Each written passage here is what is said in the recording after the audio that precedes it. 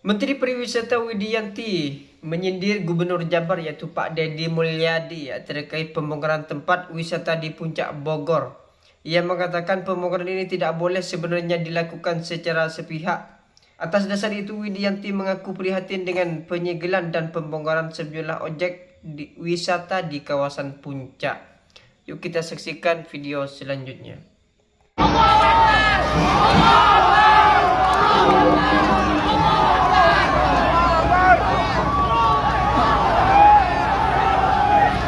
Ya, dari Kementerian Pariwisata kami sejujurnya prihatin dengan situasi ini. Dan kami terus melakukan monitoring terhadap perkembangan situasinya.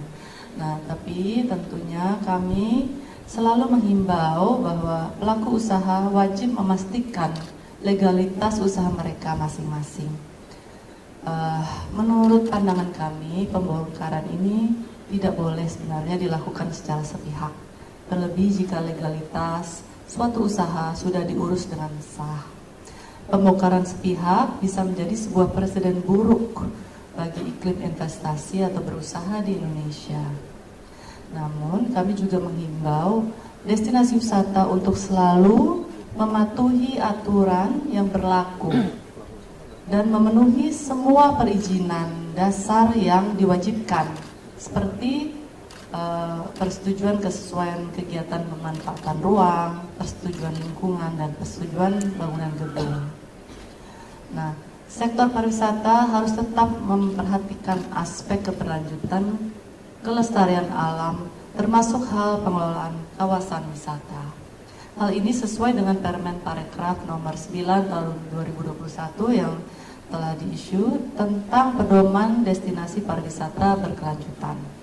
Nanti kalau ingin di detailnya kami bisa paparkan atau kami bisa informasikan lebih lanjut. Dan Kementerian Pariwisata juga mendorong adanya evaluasi yang lebih baik dalam pengawasan dan pemantauan terhadap pembangunan wisata yang berada di kawasan sensitif seperti kawasan hutan dan konservasi. Pemerintah pusat dan daerah harus bekerja sama untuk memfasilitasi perkembangan pariwisata yang ramah lingkungan dan berkelanjutan. Dari situ, sekian, terima kasih. So I understand that the ministry, the Indonesian cabinet and ministry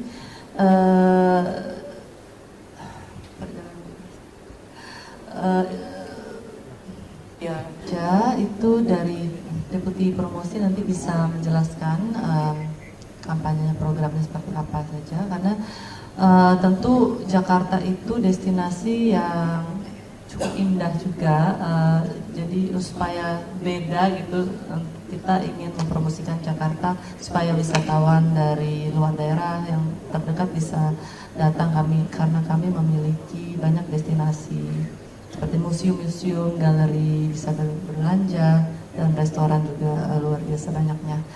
Jadi itu program kami nanti akan dielaborasi oleh Ibu Deputi Bu Made.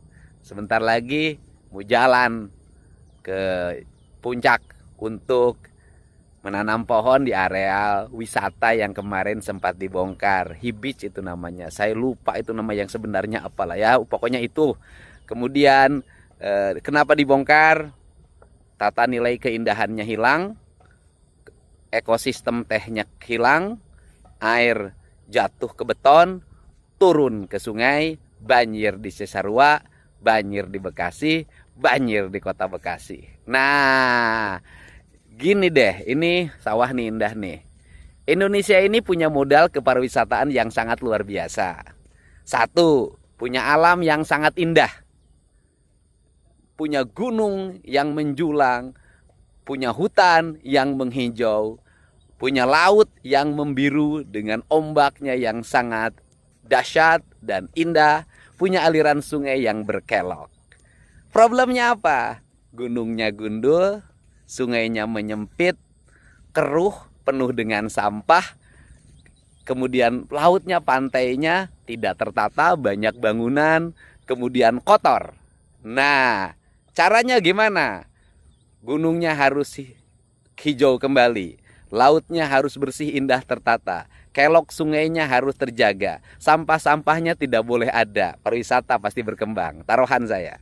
Yang kedua, infrastruktur jalannya harus pada mulus di mana-mana, petunjuk jalannya harus bagus, CCTV, keamanan pengendaranya harus terjaga, orang yang berlalu lintasnya tertata, teratur, petugasnya sigap, angkutan lautnya murah, angkutan udaranya murah, keselamatannya tinggi, nyaman, banyak diskon tiketnya, wisata.